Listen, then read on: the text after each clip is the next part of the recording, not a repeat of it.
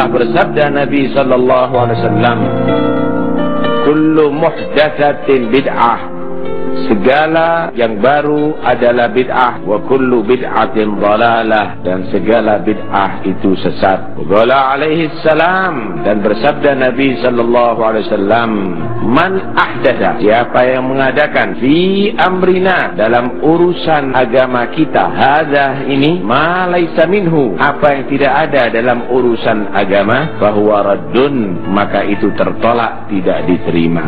Ada hal yang sangat penting untuk masalah bid'ah ini. Bid'ah itu harus kita jauhi. Ada yang memukul rata semua yang tidak dilakukan Nabi bid'ah. Ada lagi yang mengatakan nggak ada bid'ah itu, pokoknya yang bagus bukan bid'ah. Ada lagi yang membagi yang tidak bertentangan dengan Al-Quran dan hadis bukan bid'ah, tapi yang baru bertentangan dengan Al-Quran dan hadis adalah bid'ah. Di mana kita mensikapi hadis kullu bid'atin dhalalah, semua bid'ah itu sesat. Islam ini adalah agama yang sudah sempurna ya. Semua ada aturannya, semua ada rujukannya. Urusan yang wajib udah diterangkan dalam agama. Urusan yang dilarang, yang haram udah juga diterangkan dalam agama. Yang sunnah juga diterangkan, yang makruh juga demikian.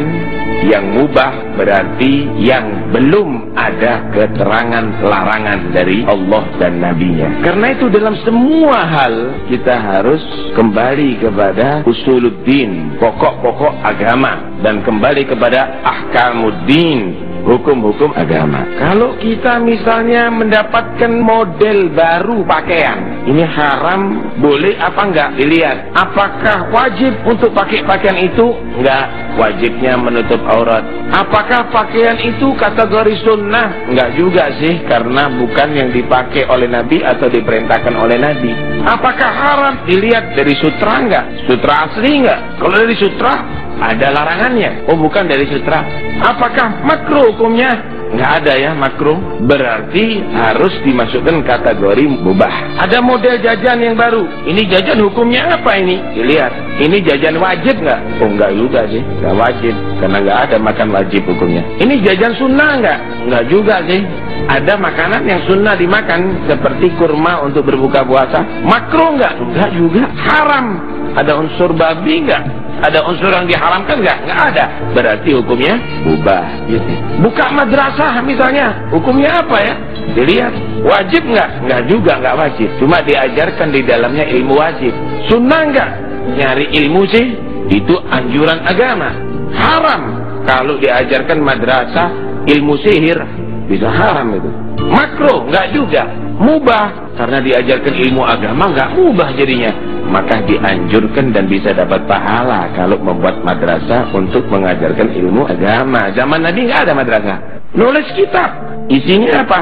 Isinya lagu-lagu cinta yang membuat orang terangsang syahwatnya. Wah, ini bertentangan dengan agama. Nggak boleh. Sebagaimana tidak boleh melihat aurat, nggak boleh juga menceritakan aurat. Bagaimana tidak boleh membuka aib, nggak boleh juga menceritakan aib. Wah, ini haram ini. Maka tulisan buku itu dikategorikan haram. Karena itu setiap perbuatan apapun yang terjadi yang baru, kembalikan kepada hukum-hukum agama. Kalau nggak ada larangan dari Nabi, maka jangan Anda larang. Kalau tidak ada perintah dari Nabi, maka jangan dihukumi itu sunnah. Kalau begitu nggak ada perintah, nggak ada larangan, berarti masukkan kategori mubah. Begitu loh. Nggak ada larangan, diharamkan. Nah, ini yang dikatakan Nabi, man ahdatsa, siapa yang ngada-ngadakan yang baru, fi amrina, dalam urusan agama, ma laisa minhu, padahal nggak ada daripada ajaran agama yang begitu, fahuwa raddun, ditolak. Hukum haram itu harus punya dalil. Sebagaimana hukum sunnah dan hukum wajib itu ada dalilnya. Kalau nggak ada dalilnya, diharamkan. Berarti ngada-ngada urusan agama, merdut, itu ditolak. Loh, Nabi nggak mengerjakan kok. Nabi gak mengerjakan, ya berarti haram. Lah ini istimbatul ahkam, mengambil hukum itu bukan karena Nabi tidak mengerjakan, bukan yang dikerjakan Nabi jadi haram. Gak ada. Kalau ada wurudul amri, ada perintah dari Nabi atau dari Al-Quran, maka itu bisa menghasilkan hukum wajib atau sunnah. Contoh, idza qumtum ila sholati faghsilu wujuhakum wa aydiyakum ilal marafiq ila akhirih. Jika mau melaksanakan sholat, wuduklah kamu, basuh muka, basuh kedua tangan, usap bagian kepala, basuh kaki. Berarti hukumnya wajib wudhu sebelum sholat. Ada perintah. Kalau ada anjuran dari Nabi melakukan sesuatu, maka hukumnya itu menjadi sunnah. Banyak itu perintah. Perintah untuk sholat duha, sunnah jadinya. Kalau ada larangan dari Nabi, maka bisa menghasilkan haram atau makruh. Wala taqrabuz zina, jangan dekati perbuatan zina, berarti hukumnya haram, itu berzina. La tantifu syaiba, kata Nabi, jangan dicabut uban kamu, berarti menghasilkan hukum makruh, karena ada larangan dari Nabi. Kalau nggak ada larangan, nggak ada perintah, berarti hukumnya mubah. Mengambil hukum haram itu karena ada wurudun nahyi, larangan dari Nabi. Kalau nggak ada larangan, tidak ada hukumnya itu menjadi haram, walaupun Nabi sendiri nggak mengerjakan. Kita bisa lihat banyak sahabat melakukan hal-hal yang baru yang tidak dilakukan oleh Nabi, tapi tidak ada satupun di antara sahabat menyatakan perbuatan itu adalah haram atau bid'ah. Lah sahabat itu nggak apa-apa, karena memang sahabat untuk ditiru. Yang dilakukan oleh Nabi dan sahabat, baik, kita akan melangkah setelah sahabat, banyak hal yang baru yang tidak dilakukan oleh sahabat dan Nabi. Contoh, ilmu fikih dari mana? Usul fikih, qawaidul fiqhiyah, ilmu sharaf, ilmu balaghah, ilmu arud, pengumpulan hadis. Imam Bukhari mengumpulkan hadis, sahabat ada yang mengumpulkan hadis. Imam Muslim mengumpulkan hadis, Abu Dawud, Tirmidzi, Nasa'i, Ibn Majah, Al-Hakim mengumpulkan hadis, belum kitab yang lainnya. Ilmu mustalahil hadis, dari mana itu semuanya? Tidak ada satupun yang menyatakan bahwa ilmu-ilmu itu adalah bid'ah dan itu adalah haram. Karena itu jangan langsung menuduh. Gimana makna hadis kullu bid'atin dhalalah? Kan kullu, semua bid'ah itu sesat dan semua kesesatan itu di neraka. Vonis lagi. Gimana ini? Padahal seperti saya terangkan tadi itu ada 5 dasarnya yang harus kita kembalikan segala yang baru dari itu.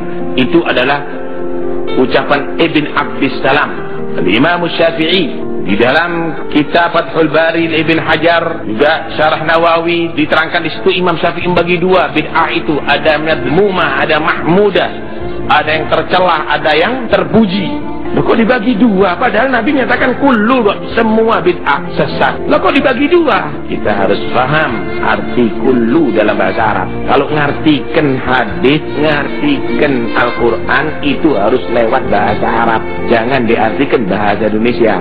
Semua itu kalau bahasa Indonesia entek ricik wis, kalau kabeh berarti. Kalau kullu dalam bahasa Arab itu macam-macam maknanya. Karena itu kalau ngartikan hadis, jangan dengan bahasanya kamu, bahasanya hadis, dengan bahasanya Al-Quran.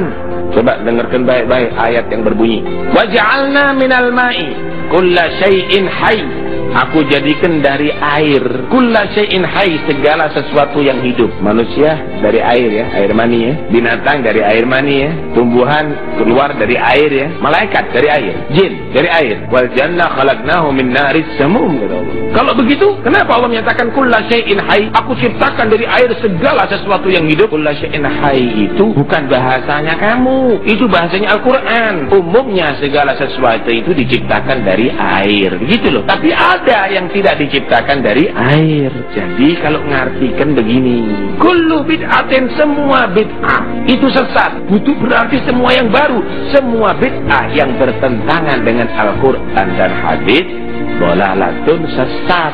Lah yang sesat ini, wa kullu dhalalatin, semua yang sesat, finnar, di neraka. Tapi yang dilakukan oleh Sayyidina Umar yang dikatakan nikmatil bid'ah, bid'ah yang bagus, itu bukan sesat dan masuk neraka. Yang dilakukan oleh Sayyidina Utsman bukan sesat, neraka. Yang dilakukan oleh Bukhari, yang dilakukan oleh imam-imam yang lainnya, bukan sesat dan masuk neraka.